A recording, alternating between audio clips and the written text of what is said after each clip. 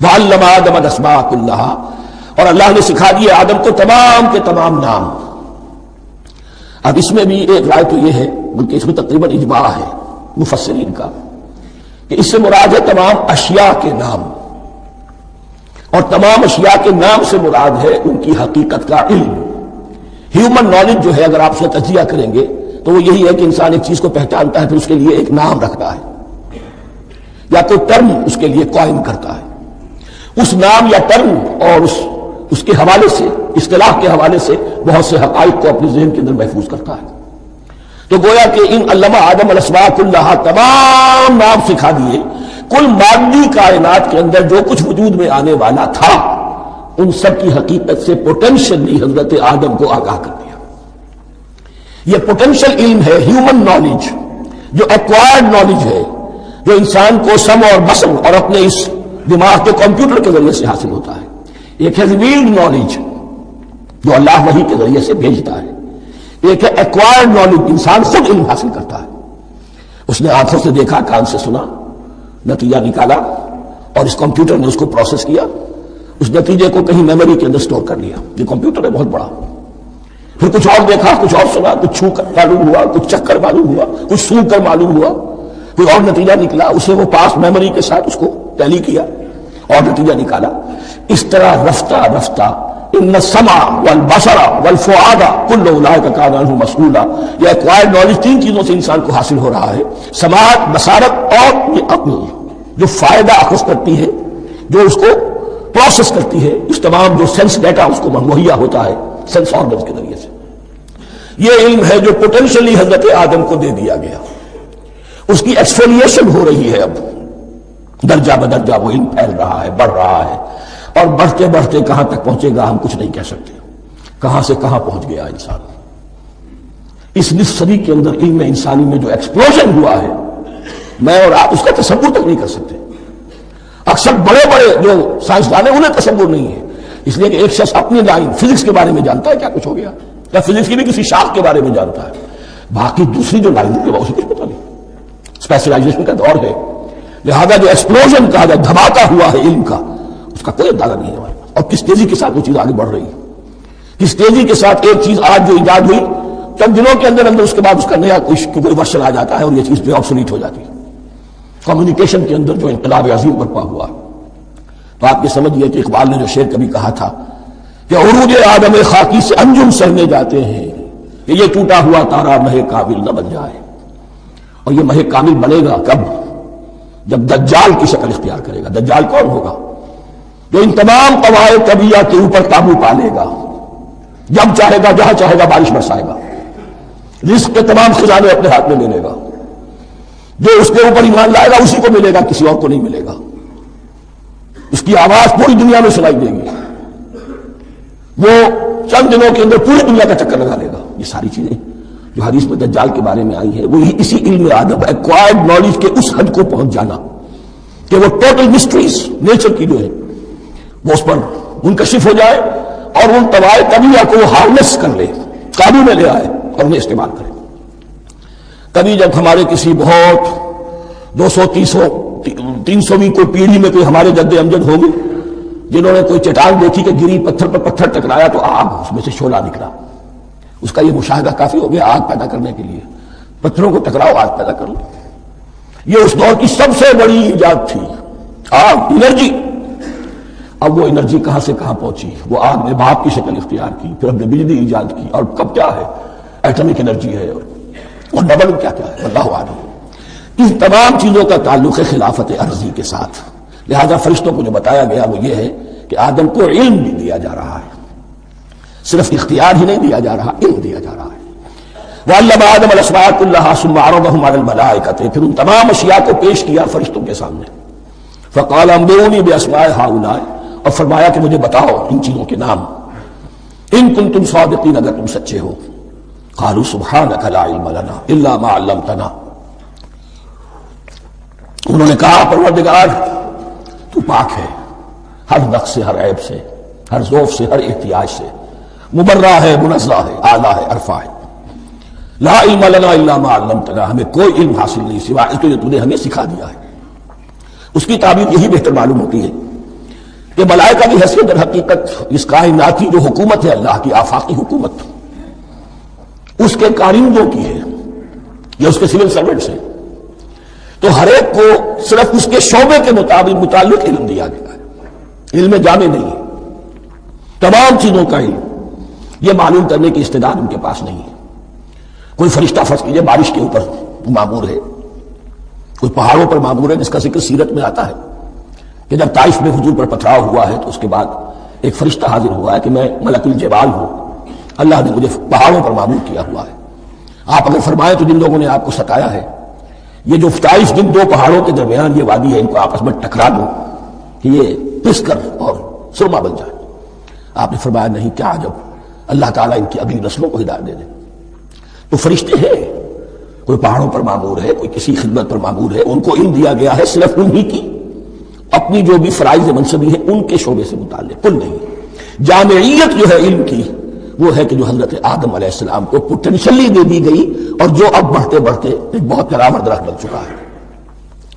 سبحانک لا علم لنا الا ما علمتنا انک انت العلیم الحکیم، یقیناً آپ ہی کی ذات ہے جو کل کے کل علم کی حامل ہے اور جس کے اوپر حکمت بھی، جس کی حکمت بھی قابل ہے، باقی تو ہر مخلوق میں سے ہر ایک کا علم ناقص رہے گا۔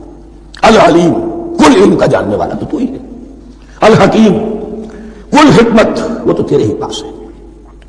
قال یا آدم انبئہم باسمائہم، اللہ نے فرمایا کہ آدم ان کو بتاؤ ان کے نام، فلما انباہم باسمائہم، تو جب انہوں نے بتا دیے ان کو فرشتوں کو ان کے نام، قال الم اقل لکم انی اعلم غیب السماوات والارض، تو اللہ نے فرمایا کہ میں نے کہا نہیں تھا کہ میں جانتا ہوں آسمانوں اور زمین کی تمام غائب چیزوں کو جو تمہاری نگاہوں سے بھی اوجھل ہے، غیب، میں ہر شے کا جاننے والا ہوں، وَأَعْلَمُ مَا تُبْدُونَ وَمَا كُنتُمْ تَكْتُمُونَ، اور میں جانتا ہوں جو کہ تم ظاہر کر رہے تھے جو کہ تم چھپا رہے تھے۔ چھپانے میں محسوس ہوتا ہے کہ ان کی خواہش یہ تھی کہ خلافت ہمیں ملے، ہم خدام ادب ہیں، ہر وقت تسبیح و تحمید اور تقدیس میں مصروف ہیں، جو حکم ملتا ہے بجا لاتے ہیں، تو یہ خلافت کسی اور مخلوق کو کیوں ملے؟ یہاں صرف یہ اور بتا دوں کہ یہ چونکہ اب ایک تیسری مخلوق کا ذکر بھی بعد میں آئے گا، 3 صاحب تشخص مخلوقات ہیں اللہ کی، صاحب تشخص، صاحب شعور، جن میں کا شعور ہے، انا، میں۔ ایک ملائکہ ہے، ان کی تخلیق نور سے ہوئی ہے، ایک انسان ہے جن کی تخلیق گارے سے ہوئی ہے، ایک جنات ہیں جن کی تخلیق آگ سے ہوئی ہے، باقی حیوانات ہیں ان میں شعور تو ہے، خود شعوری نہیں ہے، self consciousness, there is a world of difference between consciousness and self consciousness. انسان جب دیکھتا ہے تو اس کو یہ بھی معلوم ہے میں دیکھ رہا ہوں، کتا بلّا دیکھتا ہے اسے یہ اندازہ نہیں ہوتا کہ میں دیکھ رہا ہوں، دیکھنے کا ایک نتیجہ ہے جو نکل آتا ہے، لیکن میں کا وجود نہیں ہے، یہ انا، سیلف، ایگو، یہ انسان میں ہے، جنات میں ہے، شعور میں، اور فرشتوں میں ہے، ایک نوری مخلوق، ایک ناری مخلوق، ایک زمین کے اس کرسٹ میں، یہ جو مٹی اور گارے، مٹی کا اور پانی کا جو مرغوبہ ہے گارے کی شکل میں، اس سے بنا ہے۔ قال يا آدم انبئهم باسمائهم فلما انباهم باسمائهم قال الم اقل لكم اني اعلم غيب السماوات والارض واعلم ما تبدون وما كنتم تكتمون وإذ قلنا للملائكة اسجدوا لآدم فسجدوا الا ابلیس، اور یاد کرو جب کہ ہم نے کہا فرشتوں سے سجدہ کرو سب کے سب آدم کو، جھک جاؤ آدم کے سامنے، فسجدوا، ان سب نے سجدہ کیا، الا ابلیس، سوائے ابلیس کے۔ پہلی بات تو یہ سمجھیے کہ تمام ملائکہ کے سجدے کی ضرورت کیا تھی؟ کیا یہ صرف تعظیماً تھا؟ اور تعظیم اگر تھا تو کیا آدم خاکی کی تعظیم تھی یا کسی اور شے کی تعظیم تھی؟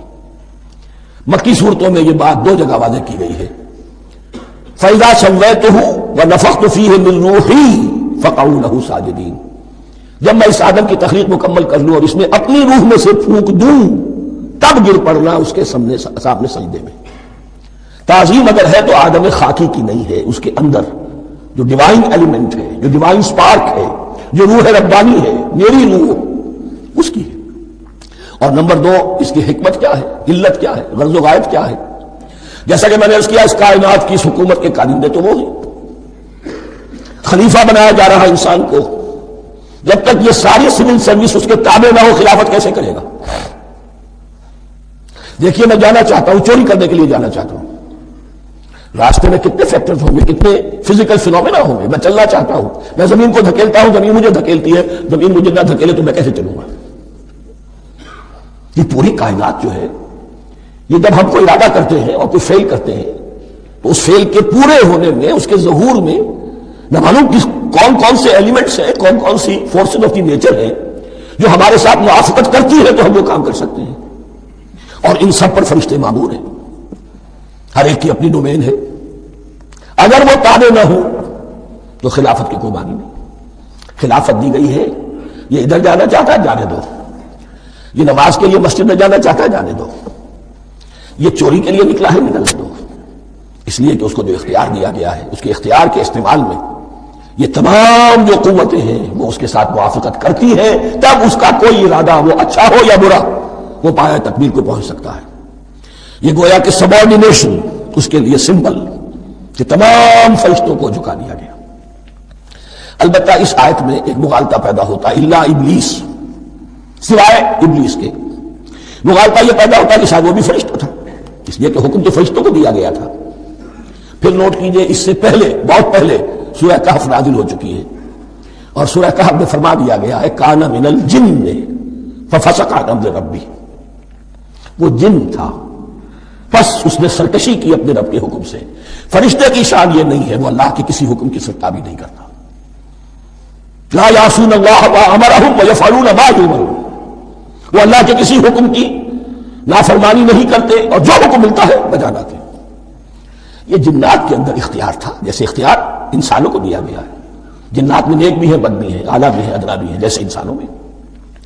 لیکن یہ عزازیل جو جن تھا، علم اور عبادت دونوں کے اعتبار سے بہت بلند ہو گیا تھا، اور یہ فرشتوں کا یوں سمجھیے کہ ہم نشین، فرشتوں کے ساتھ اس طور سے شامل، جیسے بہت سے انسان بھی اگر اپنی بندگی میں، زہد میں، عبادت میں، نیکی میں ترقی کریں تو ان کا ملائے اعلیٰ کے ساتھ، عالم ارواح کے ساتھ، عالم ملائکہ کے ساتھ ایک رابطہ قائم ہوتا ہے۔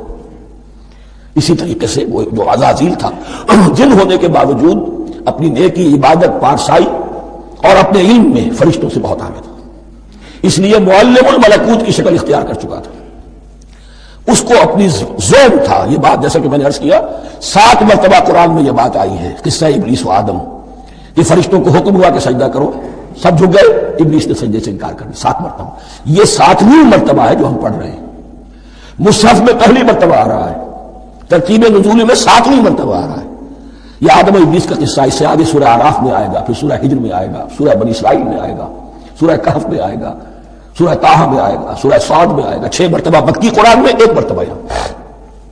تو یہاں اشارہ نہیں کیا، اس لیے مغالطہ ہو سکتا ہے، لیکن یہ کہ سورہ کہف میں آپ کو بتا چکا ہوں کان من الجن ففسق عن امر ربی، اس نے اپنے رب کے حکم سے سرتابی کی۔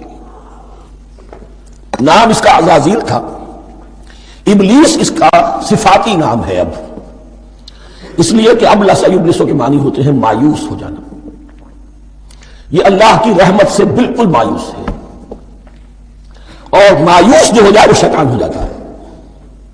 اب میرا تو چھٹکارا نہیں ہے، جتنوں کو برباد کر سکوں کروں، میری تو عاقبت خراب ہو چکی ہے، جتنوں کو اپنے ساتھ، ہم تو ڈوبے ہیں سبب تم کو بھی لے ڈوبیں گے۔ اب وہ شیطان اس معنی میں کہ انسان کی عداوت اس کی گھٹی میں پڑ گئی، اس نے اللہ سے پھر اجازت ملی کہ مجھے مہلت دے دے یوم یبعثون، قیامت تک کے دن کے لیے، تو میں ثابت کر دوں گا کہ یہ آدم اس رتبے کا حقدار نہ تھا، مستحق نہ تھا جو اسے دیا گیا۔ انا خیر منہ، میں اس سے بہتر ہوں، خلقتنی من نار وخلقتہ من طین، تو نے مجھے آگ سے بنایا، اسے گارے سے بنایا۔ لیکن یہی تکبر ہے در حقیقت کہ جس نے اسے راندہ درگاہ حق کر دیا۔ وَإِذْ قُلْنَا لِلْمَلَائِكَةِ اسْجُدُوا لِآدَمَ فَسَجَدُوا إِلَّا إِبْلِيسَ أَبَىٰ وَاسْتَكْبَرَ، ابا اس نے انکار کیا، واستکبر اور تکبر کیا، استکبار کیا، وَكَانَ مِنَ الْكَافِرِينَ۔ کانا عربی زبان میں 2 طرح کا ہوتا ہے، تامہ، ناقصہ۔ ایک معنی یہ ہو سکتے ہیں کہ ہو گیا، اب اپنے اس استکبار اور انکار کی وجہ سے کانا من الکافرین، وہ کافروں میں سے ہو گیا۔ ایک کانا تامہ ہوتا تھا ہی کافروں میں سے، یعنی اس کے اندر سرکشی چھپی ہوئی تھی، اب ظاہر ہو گئی۔ یہ معاملہ ہوتا ہے، کسی شخص کی بدنیت ہی اس کے اوپر پردے پڑے رہتے ہیں، نیکی کے، زہد کے، کسی خاص وقت میں آ کر وہ ننگا ہو جاتا ہے، اور جو اس کے اندر تھا اصل اس کی حقیقت وہ سامنے آ جاتی، اس کا امکان ہے۔ تو دونوں معنی اس کے ہو سکتے ہیں۔ وَقُلْنَا يَا آدَمُ اسْكُنْ أَنْتَ وَزَوْجُكَ الْجَنَّةَ، اور ہم نے کہا کہ اے آدم رہو تم اور تمہاری بیوی جنت میں۔ اب یہ جنت کون سی ہے؟ اکثر حضرات کے نام کر کے نزدیک یہ جنت کہیں آسمان ہی میں تھی، آسمان ہی میں حضرت آدم کی تخلیق ہوئی۔ البتہ یہ سب مانتے ہیں کہ ایک وہ جنت الفردوس جو ہے جس میں جانے کے بعد پھر واپس نکلنے کا کوئی امکان نہیں، یہ وہ جنت نہیں ہے جس میں کہ آخرت میں لوگوں کو جا کر داخل ہونا ہے، اس میں داخل ہونے والے کے نکلنے کا کوئی امکان نہیں۔ ایک رائے یہ بھی ہے، میرا رجحان اس رائے کی طرف ہے، تخلیق آدم اسی زمین پر ہوئی ہے۔ وہ جن مراحل سے گزری ہے تخلیق وہ ایک علیحدہ مسئلہ ہے۔ بایولوجی اور وحی دونوں اس پر متفق ہیں کہ مٹی سے، کرافٹ آف دی ارتھ سے انسان بنا ہے، اس پر اتفاق ہے، قرآن کا بھی اور بایولوجی کا بھی، جدید علم الحیوانات کا بھی، علم الحیات کا۔ سٹیجز کیا ہیں اس میں اختلاف ہو سکتا ہے، اس کو چھوڑ دیجئے، وہ اس وقت کا بحث نہیں۔ یہی کسی اونچے مقام پر کوئی سرسبز و شاداب علاقہ تھا جہاں حضرت آدم کو رکھا گیا، جہاں ہر طرح کے میوے تھے، ہر شے لا تظمأ فیہا ولا تضحیٰ، نہ اس میں بھوک لگے گی نہ دھوپ تمہیں ستائے گی، ہر طرح کی چیز تمہیں فراہم ہے۔ وہاں رکھے گئے ہیں صرف ایک ڈیمانسٹریشن کے لیے کہ انہیں نظر آ جائے کہ شیطان میرا دشمن ہے، وہ مجھے ورغلائے گا، طرح طرح سے میرے اندر وسوسہ اندازی کرے گا، میرے اور میری اولاد کے، صرف ایک ڈیمانسٹریشن۔ اس کی مثال یوں سمجھیے کہ سلیکشن تو ہو گیا، CSP گریڈ میں کوئی شخص آ گیا ہے، لیکن اب وہ سول سروس اکیڈمی میں رکھا جا رہا ہے۔ تو یہ کوئی اکیڈمی ہو سکتا ہے اسی زمین پر، وہ صرف بتانا یہ تھا کہ تمہیں معلوم ہو جائے کہ شیطان تمہارا دشمن ہے۔ اس لیے کہ اس میں جو ایک لفظ حبوط کا آ رہا ہے، وہ حبوط صرف ایک ہی معنی میں نہیں ہوتا، دوسری معنی میں بھی ہے۔ واللہ عالم، یہ چیزیں پھر متشابہات میں رہیں گی، اس لیے ان کے بارے میں کوئی ایک رائے دوسری رائے، اس کے لیے ذہن سے عقل سے بات کر کے ایک یا دوسری رائے اختیار کر سکتے ہیں۔ وَقُلْنَا يَا آدَمُ اسْكُنْ أَنْتَ وَزَوْجُكَ الْجَنَّةَ، اور ہم نے کہا کہ رہو اے آدم تم بھی اور تمہاری بیوی بھی باغ میں، اس باغ میں، الجنہ اس باغ میں، گویا کہ اشارہ کیا جا رہا ہے۔ وَكُلَا مِنْهَا رَغَدًا حَيْثُ شِئْتُمْ، اور کھاؤ اس میں سے با فراغت جہاں سے چاہو، ہر طرح کا پھل ہے کھاؤ۔ وَلَا تَقْرَبَا هَٰذِهِ الشَّجَرَةَ، یہاں پہ اس درخت کا نام نہیں دیا گیا، اشارہ اس درخت کے قریب مت جانا۔ فَتَكُونَا مِنَ الظَّالِمِينَ، تو تم ظالموں میں سے ہو جاؤ گے، تم حد سے گزرنے والوں میں سے ہو جاؤ گے۔ اب اس کی بھی حکمت سمجھیے کہ چونکہ ڈیمانسٹریشن کرانی ہے کہ تمہیں کسی چیز سے، ہزار چیزیں مباح ہیں دنیا میں، چند چیزیں پینے کی حرام ہیں، اب تم اگر ان ہزار مباح چیزوں کو چھوڑ کر حرام چیز کو پیتے ہو تو یہ تمہارا اختیار ہوا، جبکہ اللہ تعالیٰ نے مباحات کا دائرہ بہت وسیع رکھا ہے۔ جس سے چاہو چند رشتے ہیں جو بیان کر دیے گئے، یہ حرام ہے، محرمات ہے، ابدیہ ہے، ان سے تو شادی نہیں ہو سکتی، باقی کسی مسلمان عورت سے دنیا کے کسی کونے میں وہ شادی کر سکتے، کروڑوں کے آپشنز آپ کے لیے خالی کھلے ہیں، لیکن پھر بھی انسان شادی نہ کرے، زنا کرے، یہ گویا کہ اس کی اپنی خباثت نفس ہے۔ ایک نہیں، دو دو، تین تین، چار چار تک شادی کرو، اجازت ہے تمہیں۔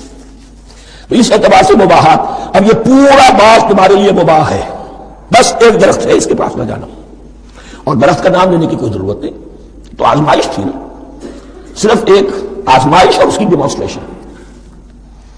فَأَزَلَّهُمَا الشَّيْطَانُ عَنْهَا، تو پھسلا دیا ان دونوں کو شیطان نے اس درخت کے بارے میں۔ اب وہ کس کس طریقے سے پھسلایا، یہ بھی جیسا کہ میں نے عرض کیا 6 مرتبہ چونکہ یہ قصہ آ چکا ہے، اس کی آپ کو سورہ طٰہٰ میں تفصیل ملے گی، کس کس طریقے سے پھسلایا اور اس بات کے لیے تیار کیا۔ فَأَخْرَجَهُمَا مِمَّا كَانَا فِيهِ، تو نکلوا دیا ان دونوں کو اس کیفیت میں سے جس میں کہ وہ تھے، وہ کیفیت کہ نہ کوئی مشقت ہے نہ کوئی محنت ہے، اور انسان کو ہر طرح کا اچھے سے اچھا پھل مل رہا ہے، تمام ضروریات فراہم ہیں، اور خاص کوئی حلہ جنت ہے جس کا کہ لباس بھی عطا کیا گیا ہے۔ لیکن ان کیفیات سے اب نکال کر، اب جسے آپ کہیں گے بیٹر فیکٹس آف لائف، اچھا اب جاؤ، یہ ڈیمانسٹریشن کرنی تھی، ہو گئی۔ شیطان تمہارا دشمن ہے، تمہارا اور تمہاری نسل کا، شیطان لعین، اور وہ تمہیں پھسلائے گا جیسے آج پھسلایا ہے۔ تم آگاہ رہنا اس کی شرارتوں سے، ان الشیطان لکم عدو فاتخذوہ عدوا، یہ شیطان تمہارا دشمن ہے، اسے اپنا دشمن ہی سمجھو۔ لیکن یہ ہے کہ اگر کچھ لوگ اسے دوست بنا لیں، اس کے ایجنٹ بن جائیں، اس کے کارندے بن جائیں، یہ ان کا چوائس ہے جس کی سزا انہیں ملے گی۔ فَأَخْرَجَهُمَا مِمَّا كَانَا فِيهِ وَقُلْنَا اهْبِطُوا بَعْضُكُمْ لِبَعْضٍ عَدُوٌّ، اور ہم نے کہا اترو، تم سب ایک دوسرے کے دشمن ہوگے۔ اب یہ چونکہ جمع کا صیغہ آیا ہے، ایک دوسرے کے دشمن ہوگے، تو ایک دشمنی تو شیطان اور آدم اور ذریت آدم کی ہے، ایک اور دشمنی بھی ہے جو انسان میں مرد اور عورت کے مابین ہے۔ عورت بھی پھسلاتی ہے، غلط راستے پر ڈالتی ہے، مرد عورتوں کو گمراہ کرتے ہیں، عورتیں مردوں کو گمراہ کرتی ہیں۔ قرآن مجید میں کہا گیا یا ایھا الذین آمنوا ان من ازواجکم واولادکم عدو لکم فاحذروہم، اہل ایمان چوکنے رہو، چوکس رہو، تمہاری بیویوں اور اولاد میں سے تمہارے دشمن ہیں، بچ کر رہو، کیپ الرٹ، کہیں ان کی محبت تمہیں راہ حق سے منحرف نہ کر دے۔ تم ایک اچھا کام کرنا چاہتے ہو، بیوی رکاوٹ بن گئی، بیوی کو اچھا کام کرنا چاہتی، شوہر رکاوٹ بن گیا، تو یہ محبت نہیں ہے، یہ عداوت ہے۔ اس حوالے سے بعضکم لبعض عدو وَلَكُمْ فِي الْأَرْضِ مُسْتَقَرٌّ وَمَتَاعٌ إِلَىٰ حِينٍ، اور تمہارے لیے اب زمین میں مستقر ہے، جائے قیام ہے اور متاع ہے، ضرورت کی چیزیں ہیں ہم نے فراہم کر دی ہیں، إِلَىٰ حِينٍ، لیکن ایک وقت معین تک کے لیے، یہ ابدی نہیں ہے، ایک وقت آئے گا یہ بساط ہم لپیٹ دیں گے۔ یوم نطوی السماء کطی السجل للکتب، جس دن کے ہم تمام فضاؤں کو، تمام خلاؤں کو، تمام آسمانوں کو اس طرح لپیٹ لیں گے جیسے کتابوں کا تبار لپیٹ دیا جاتا ہے۔ ایک وقت آئے گا، یہ تخلیق الی اجل مسمى ہے، الی حین ہے۔ فتلقى آدم من ربہ کلمات فتاب علیہ، تو سیکھ لیے، حاصل کر لیے آدم نے اپنے رب سے کچھ کلمات، تو اللہ نے ان کی توبہ قبول کر لی۔ اب اس کی وضاحت سورہ اعراف میں ہے، یہ تو چونکہ پس منظر میں وہ 2/3 قرآن موجود ہے، اس کی وضاحت کیا ہے کہ حضرت آدم میں سخت پشیمانی پیدا ہوئی ہے، میں نے کیا کیا، مجھ سے خطا سرزد ہو گئی، اللہ کے حکم کی میں نے خلاف ورزی کی، لیکن ان کے پاس الفاظ نہیں تھے کن الفاظ میں اللہ سے استغفار کریں، کن الفاظ میں اللہ سے معافی چاہیں۔ اللہ کی رحمت یہ ہوئی کہ اللہ نے الفاظ انہیں خود تلقین فرما دی۔ یہ اللہ کی شان رحیمی ہے۔ اصل شے جو ہے وہ انسان کے اندر گناہ پر ندامت کا پیدا ہو جانا ہے، یہ اصل توبہ ہے۔ علامہ اقبال نے جو بڑی اپنی آغاز ان فوانش شباب میں جو اشعار کہے تھے، ان میں سے ایک شعر کو سن کر پھڑک اٹھے تھے اس وقت کے اساتذہ بھی۔ موتی سمجھ کے شان کریمی نے چن لیے قطرے جو تھے میرے عرق انفعال کے، انفعال کہتے ہیں شرمندگی کو، شرمندگی سے میری پیشانی پر جو پسینے کے قطرے نمودار ہو گئے، میرے پروردگار کو وہ اتنے عزیز ہوئے، اس نے انہیں موتی کی طرح چن لیا۔ موتی سمجھ کے شان کریمی نے چن لیے قطرے جو تھے میرے عرق انفعال کے، تو فتلقى آدم من ربہ کلمات، ان پر پچھتاوا ہوا، ندامت ہوئی، اللہ نے انہیں الفاظ، وہ الفاظ کیا تھے وہ سورہ اعراف میں ہیں، ربنا ظلمنا انفسنا وان لم تغفر لنا وترحمنا لنکونن من الخاسرین، اے اللہ ہم نے اپنی جانوں پر ظلم کیا ہے، اور اگر تو نے ہمیں بخش نہ دیا اور رحم نہ فرمایا تو ہم تو خسارہ والوں میں ہو جائیں گے، تباہ ہو جائیں گے، برباد ہو جائیں گے۔ یہی پر فوری تقابل موجود ہے۔ غلطی ابلیس سے بھی ہوئی، حکم سے سرتابی ہوئی، لیکن اس پر ندامت نہیں ہوئی، تکبر کی بنا پر اور اکڑ گیا، انا خیر منہ۔ غلطی آدم سے بھی ہوئی، نافرمانی ہوئی، لیکن اس پر پشیمان ہوئے اور توبہ کی۔ وہ شیطنت ہے، یہ آدمیت ہے، ورنہ کوئی انسان گناہ سے اور معصیت سے مبرہ نہیں ہے۔ حضور کی ایک حدیث ہے کل بنی آدم کلکم خطاؤون، کل بنی آدم خطاؤون وخیر الخطائین التوابون، آدم کے تمام اولاد، تمام انسان خطا کار ہیں، ان خطا کاروں میں بہتر وہ ہیں، اچھے وہ ہیں جو توبہ کرتے ہیں۔ یہاں حضرت آدم سے غلطی ہوئی، انہوں نے توبہ کی، پشیمانی ہوئی، ندامت ہوئی، اس نے کی اور اس پر جم گیا، اصرار کیا۔ فتلقى آدم من ربہ کلمات فتاب علیہ انہ هو التواب الرحیم، یقیناً وہی تو ہے بہت توبہ کو قبول فرمانے والا اور بہت رحم فرمانے والا۔ یہ نوٹ کیجئے گا، توبہ کا لفظ دونوں طرف سے آتا ہے، بندہ بھی تواب وخیر الخطائین التوابون، تواب بندے بھی ہو گئے، تواب اللہ بھی ہے۔ اس کی اصل حقیقت کیا ہے؟ بندے نے خطا کی اور دور ہو گیا اللہ سے، اللہ نے اپنی رحمت کی نگاہ اس سے پھیر لی۔ بندے نے توبہ کی، اللہ پھر اپنی رحمت کے ساتھ اس کی طرف متوجہ ہو گیا۔ توبہ کے معنی پلٹنا، بندہ معصیت سے توبہ کر کے اپنی اصلاح کی طرف، بندگی کی طرف، اطاعت کی طرف پلٹ آیا۔ اللہ نے جو اپنی نظر رحمت پھیر لی تھی اللہ نے پھر وہی اپنی شان غفاری اور رحیمی کے ساتھ بندے کی طرف توجہ فرما لی، جس کے لیے حدیث میں الفاظ آتے ہیں تم اگر میری طرف بالش بھراؤ گے میں ہاتھ بھراؤں گا، تم اگر چل کر آؤ گے میں دوڑ کر آؤں گا، ہم تو مائل بکرم ہے کوئی سائل ہی نہیں، راہ دکھلائیں کسے رہنے میں منزل ہی نہیں، وہ تو تواب ہے۔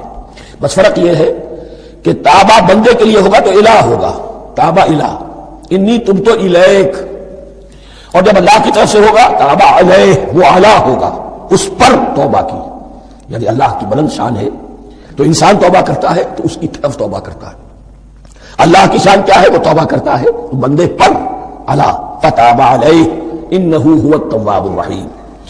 قلنا اهبطوا منها جميعا، ہم نے کہہ دیا اتر جاؤ اس سے تم سب کے سب، فَإِمَّا يَأْتِيَنَّكُم مِّنِّي هُدًى، اب یہاں لفظ آیا اہبطوا، یہاں بھی پہلے بھی آیا ہے۔ جو حضرات یہ سمجھتے ہیں کہ تخلیق آدم آسمانوں پر ہوئی ہے اور جنت بھی وہ آسمان میں ہے جہاں رکھے گئے تھے، آزمائشی یا ٹریننگ یا ڈیمانسٹریشن والی جنت، وہ یہاں حبوط کا ترجمہ کریں گے کہ آسمان سے زمین پر اترنے کا حکم دیا گیا۔ جو لوگ سمجھتے یہی کسی بلند مقام پر تھے وہ کہتے کہ نیچے اترو، کسی بڑی اونچی سطح مرتفع پر اگر کوئی جگہ تھی تو اب نیچے اترو اور جاؤ، اب تمہیں زمین میں ہل چلانا پڑے گا اب روٹی حاصل کرنے کے لیے، یہ جو نعمتوں کے دسترخوان یہاں بچھے ہوئے تھے یہ اب تمہارے لیے نہیں ہے۔ اس کے لیے اس معنی میں اس لفظ کا استعمال جو ہے وہ آ جائے گا آگے چل کر اسی سورہ بقرہ کے اندر، کہ اس معنی میں بھی سورہ بقرہ کے 7ویں رکوع میں یہ لفظ استعمال ہوا ہے، تو امکان اس کا بھی ہے۔ بس اس سے آگے ادھر یا ادھر کی زیادہ بحث کرنے کا یہ موقع دورہ ترجمہ قرآن میں نہیں ہے۔ قُلْ اهْبِطُوا مِنْهَا جَمِيعًا فَإِمَّا يَأْتِيَنَّكُم مِّنِّي هُدًى فَمَن تَبِعَ هُدَايَ فَلَا خَوْفٌ عَلَيْهِمْ وَلَا هُمْ يَحْزَنُونَ، تو جب بھی آئے گی تمہارے پاس میری جانب سے کوئی ہدایت تو جو کوئی میری ہدایت کی پیروی کرے گا اس کے لیے نہ خوف ہوگا اور نہ وہ حزن سے دوچار ہوگے۔ یہ ہے علم انسانی کا دوسرا گوشہ، ریویلڈ نالج۔ اس چوتھے رکوع کی جو حسن ہے اسے دیکھیے، شروع میں ایکوائرڈ نالج کا ذکر ہے جو پوٹینشلی حضرت آدم کی ذات میں رکھ دیا گیا اور جو انسان نے پھر اپنی محنت سے ان السمع والبصر والفؤاد اس کے ذریعے سے آگے بڑھایا۔ یہ علم ہے چل رہا ہے، آج مغربی اقوام ہم سے بہت آگے ہیں، کبھی ایک زمانے میں مسلمان آگے نکل گئے تھے، لیکن ظاہر بات ہے کہ اس دنیا میں عروج تو انہی کو ہوگا جو ان چیزوں میں سب سے زیادہ جس کی آگہی حاصل ہوگی۔ البتہ ایک علم وہ ہے جو آسمان سے نازل ہوتا ہے، یہ گیون ہے، ریویلڈ نالج ہے، یہ وحی ہے۔ فَإِمَّا يَأْتِيَنَّكُم مِّنِّي هُدًى، تمہارے مقام خلافت کا تقاضا یہ ہے جو احکام ہمارے آئے، جو ہدایات ہم بھیجیں ان کو تو پوری طریقے سے اس کی پیروی کرو۔ فَمَن تَبِعَ هُدَايَ، تو جو کوئی بھی میری ہدایت کی پیروی کرے گا فَلَا خَوْفٌ عَلَيْهِمْ وَلَا هُمْ يَحْزَنُونَ وَالَّذِينَ كَفَرُوا، اور جو ناشکری کریں گے، کفر کریں گے، انکار کریں گے، وَكَذَّبُوا بِآيَاتِنَا، اور ہماری آیات کو جھٹلائیں گے، فَأُولَٰئِكَ أَصْحَابُ النَّارِ هُمْ فِيهَا خَالِدُونَ، تو وہ جہنمی ہوں گے، آگ والے ہوں گے، اس میں ہمیشہ ہمیشہ رہیں گے۔ یہ ہے گویا کہ چارٹر، اس نوع انسانی کو جو ابدی چارٹر اللہ نے دیا ہے۔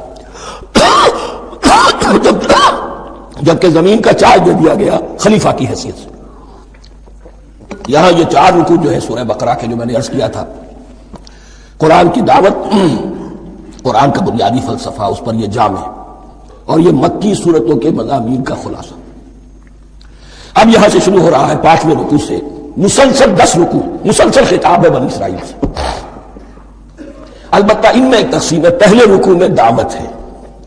دعوت جب ہوتی ہے تو آبادہ کرنا، تشویق، ترغیب، دل جوئی، نرمی، یہ دعوت کے اجزاء لا ينفک ہے، اس کے بغیر دعوت مؤثر نہیں ہوتی۔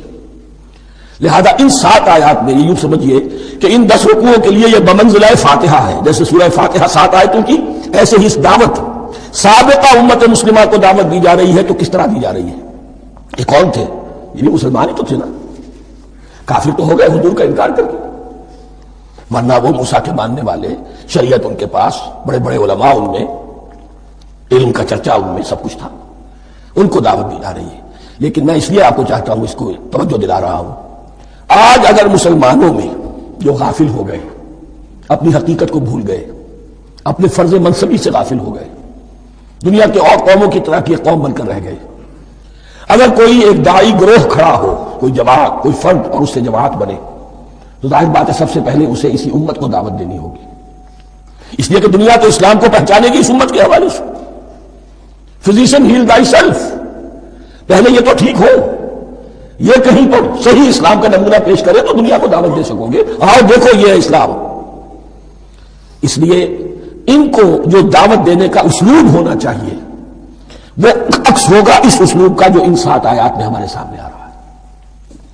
یا بنی اسرائیل اذکروا نعمتی التی انعمت علیکم، اے بنی اسرائیل، اسرائیل کو سمجھ لیجئے یہ مرکب لفظ ہے، اسم اسی سے اسیر بنا ہے، اسیر جو کسی کا قیدی ہوتا ہے، ایل عبرانی میں اللہ کے لیے ہے، اور اسرائیل کا ترجمہ ہے عبداللہ، اللہ کا غلام، اللہ کے ساتھ بندھا ہوا اس کی اطاعت کے قلاتے کے اندر۔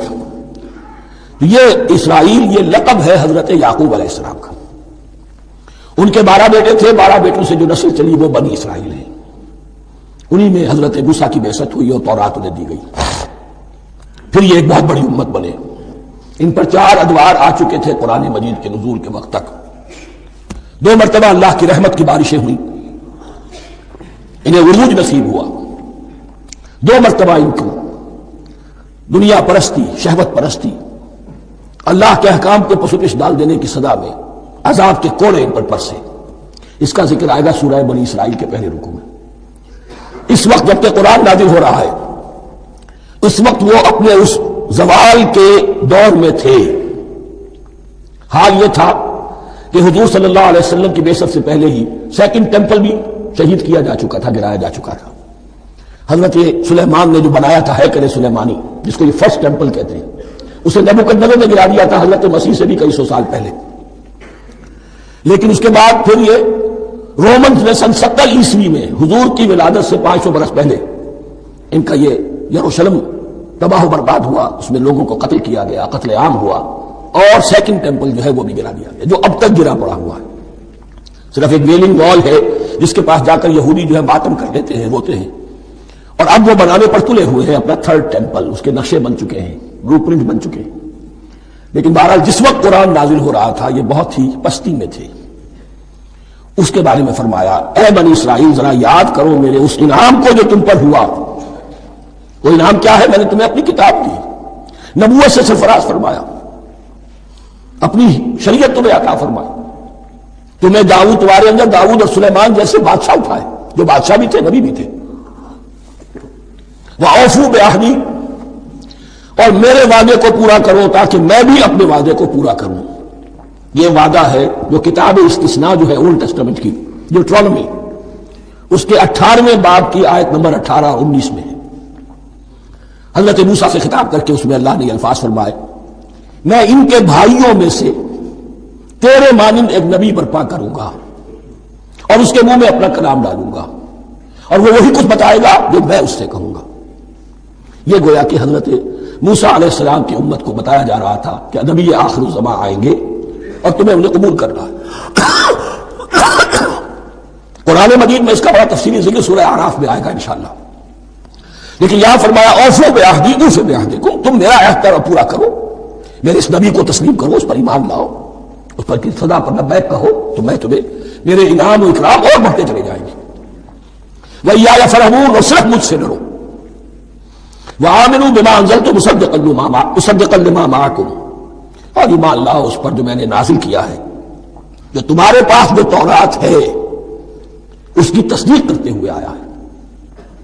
اس کے 2 معنی ہے، تو قرآن تصدیق کرتا ہے تورات کی اور انجیل کی، فیہا ھدی ونور، فیہ ھدی ونور، اور دوسرے یہ کہ قرآن اور محمد صلی اللہ علیہ وسلم ان پیشین گوئیوں کے مصداق بن کر آئے ہیں جو تورات میں تھی، ورنہ وہ پیشین گوئیاں جھوٹی ثابت ہوتی۔ ان کے مصداق کون ہے؟ قرآن اور محمد صلی اللہ علیہ وسلم، یہ دونوں معنی اس کے ہیں۔ وَآمِنُوا بِمَا أَنزَلْتُ مُصَدِّقًا لِمَا مَعَكُمْ وَلَا تَكُونُوا أَوَّلَ كَافِرٍ بِهِ، اور دیکھو تم ہی سب سے پہلے ان کا کفر کرنے والے نہ بن جاؤ، تمہیں تو سب کچھ معلوم تھا، تم تو منتظر تھے، تم تو آخری نبی کے انتظار میں تھے اور ان کے حوالے سے دعائیں کیا کرتے تھے کہ اللہ اس نبی آخری زمان کے واسطے سے ہماری مدد فرما اور کافروں کے مقابلے میں ہمیں فتح عطا فرما۔ یہ آئے گا آگے چل کر اسی سورہ بقرہ کے اندر۔ لیکن اب تم ہی سب سے بڑھ کر کافر ہو گئے، تم ہی سب سے بڑھ کر دشمن ہو گئے، ولا تکونوا اول کافر بہ ولا تشتروا بآیاتی ثمنا قلیلا، اور دیکھو میری ان آیات کے عوض حقیر سی قیمت قبول نہ کرو. یہ آیات الہیہ ہیں، ان کو رد کر رہے ہو، اس لیے ہماری مسندیں، ہماری حیثیت، ہماری چودراہٹیں کہیں ان پر کوئی آنچ نہ آ جائے. حقیر سی چیزیں، یہ صرف اس دنیا کا سامان ہے، اس کے سوا کچھ نہیں. وَلَا تَشْتَرُوا بِآيَاتِي ثَمَنًا قَلِيلًا وَإِيَّايَ فَاتَّقُونِ، اور صرف مجھ سے تقوی اختیار کرو، میرا تقوی اختیار کرو. وَلَا تَلْبِسُوا الْحَقَّ بِالْبَاطِلِ وَتَكْتُمُوا الْحَقَّ وَأَنْتُمْ تَعْلَمُونَ، اور نہ گڈمڈ کرو حق کے ساتھ باطل کو، اور مت چھپاؤ حق کو، ذرا حالانکہ تم جانتے ہو. یہ بات اچھی طرح نوٹ کرنی ہے، جانتے بوجھتے کرنا، ایک ہے مغالطے میں کرنا، وہ ضلالت ہے، گمراہی ہے. ایک جان بوجھ کر کرنا، حق کو پہچان کر اسے رد کرنا، یہ پھر اللہ تعالیٰ کے غضب کو دعوت دینا ہے. wrath of اللہ، اس کی غضب کو دعوت دینا ہے کہ حق کو پہچان کر اس کی نفی کی جائے. وَأَنْتُمْ تَعْلَمُونَ، علماء یہود قرآن مجید میں آگے چل کر آئے گا، ایسے پہچانتے تھے محمد کو اور قرآن کو جیسے اپنے بیٹوں کو، یعرفونہ کما یعرفون ابناہم، ایسے پہچانتے جیسے اپنے بیٹوں کو. وَأَقِیمُوا الصَّلَاةَ وَآتُوا الزَّکَاةَ، دیکھو نماز قائم کرو، زکوٰۃ ادا کرو. وَارْكَعُوا مَعَ الرَّاكِعِينَ، اور جھکنے والوں کے ساتھ جھکو. یہ اول تو رکوع کو انہوں نے اپنے ہاں سے خارج کر دیا تھا، ثانیاً باجماعت نماز ان کے ہاں ختم ہو گئی تھی. وَارْكَعُوا مَعَ الرَّاكِعِينَ، جماعت باجماعت نماز کی طرف اشارہ ہے. أَتَأْمُرُونَ النَّاسَ بِالْبِرِّ وَتَنْسَوْنَ أَنفُسَكُمْ، کیا تم لوگوں کو نیکی کا حکم دیتے ہو، تقوی کی، پارسائی کی تعلیم دیتے ہو؟ میں کہہ رہا ہوں کہ اصل میں مخاطب کون ہے؟ علماء یہود. اس آیت سے ثابت ہو گیا عالم ہمارا بھی جب بھی کھڑا ہوگا اونچے سے اونچا بات کہے گا، اعلیٰ سے اعلیٰ بات کہے گا. اکثر و بیشتر کا حال یہ ہے کہ ان کا اپنا کردار دیکھیے تو کوئی مناسبت ہی نہیں اس سے کہ جو وہ آ رہا ہے، جو لوگوں کو دعوت دے رہا ہے اس پر خود عمل نہیں. تو یہی در حقیقت علماء یہود کا کردار بن چکا تھا. أَتَأْمُرُونَ النَّاسَ بِالْبِرِّ وَتَنْسَوْنَ أَنفُسَكُمْ، کیا تم لوگوں کو نیکی کا حکم دیتے ہو اور خود اپنے آپ کو بھول جاتے ہو. وَأَنْتُمْ تَتْلُونَ الْكِتَابَ، اور یہ سب کچھ تم کر رہے ہو اس حال میں کہ کتاب پڑھتے بھی ہو، تورات پڑھتے ہو، صاحب تورات ہو. ہمارے بھی بہت سے علماء کا، علماء سو جنہیں ہم کہتے ہیں، حال یہ ہو چکا ہے، خود بدلتے نہیں قرآن کو بدل دیتے ہیں. ہوئے کس درجہ فقیہان حکم بے توفیق. جو صورتحال ہے صرف قرآن کا متن بچا ہوا ہے، اس کے مفہوم میں، اس کی تفسیر میں، اس کے ترجمے میں تو تحریفیں موجود ہیں، بڑی بڑی تحریفیں موجود ہیں. متن بچا ہوا ہے، وہ اس لیے کہ اللہ تعالیٰ نے اس کی حفاظت کا ذمہ لیا ہے. وَاسْتَعِینُوا بِالصَّبْرِ وَالصَّلَاةِ، اور مدد حاصل کرو دو چیزوں سے، صبر اور نماز. یہ صبر کا لفظ یہاں پر بہت قیمتی ہے، بہت بامانی ہے. علماء سو کیوں وجود میں آتے ہیں؟ جب وہ دنیا کے کتے بن جائیں گے تو دین کو بدنام کرنے والے. بظاہر دینی مناسب ہیں لیکن اصل میں ان کے پردے میں دنیا داری کی جا رہی ہے، صبر نہیں. بس صبر کے ساتھ اور نماز کے ساتھ، اس لیے کہ آپ صحیح راستے پر آئیں گے. اگر کوئی عالم دین لوگوں پر تنقید کرے گا، لولا ینہاہم الربانیون والاحبار، کیوں نہیں روکتے ان کے علماء اور ان کے اولیاء اور صوفیاء ان کو حرام کھانے سے اور جھوٹ بولنے سے. اگر کوئی شخص روکے گا اس کو پھر نذرانے تو نہیں ملیں گی، اس کی خدمتیں تو نہیں ہوگی. اگر تو دنیا میں صبر اختیار کرنا ہے تب تو آپ حق بات کہہ سکتے ہیں، اور اگر دنیاوی ایمبیشنز ہیں تو پھر آپ کو کہیں نہ کہیں کمپرومائز کرنا پڑے گا. وَاسْتَعِینُوا بِالصَّبْرِ وَالصَّلَاةِ، صبر اور نماز. وَإِنَّهَا لَكَبِیرَةٌ، اور یقیناً یہ بہت بھاری شے ہے، بہت بھاری شے ہے. عام طور پر خیال یہ ہے کہ انہا کی ضمیر صرف صلاۃ کی طرف جاتی ہے، نماز بہت بھاری ہے. ایک رائے یہ ہے کہ نہیں، یہ پورے طرز عمل کی طرف جا رہی ہے. یہ طرز عمل کہ خود صبر کرو، اس دنیا میں صبر کرو، دنیا اور دنیا کے متعلقات میں کم سے کم پر قانے ہو جاؤ اور حق کا بول بالا کرنے کے لیے میدان میں آ جاؤ.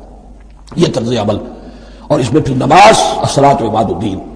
وَإِنَّهَا لَكَبِیرَةٌ إِلَّا عَلَى الْخَاشِعِینَ، یہ یقیناً بہت بھاری چیز ہے.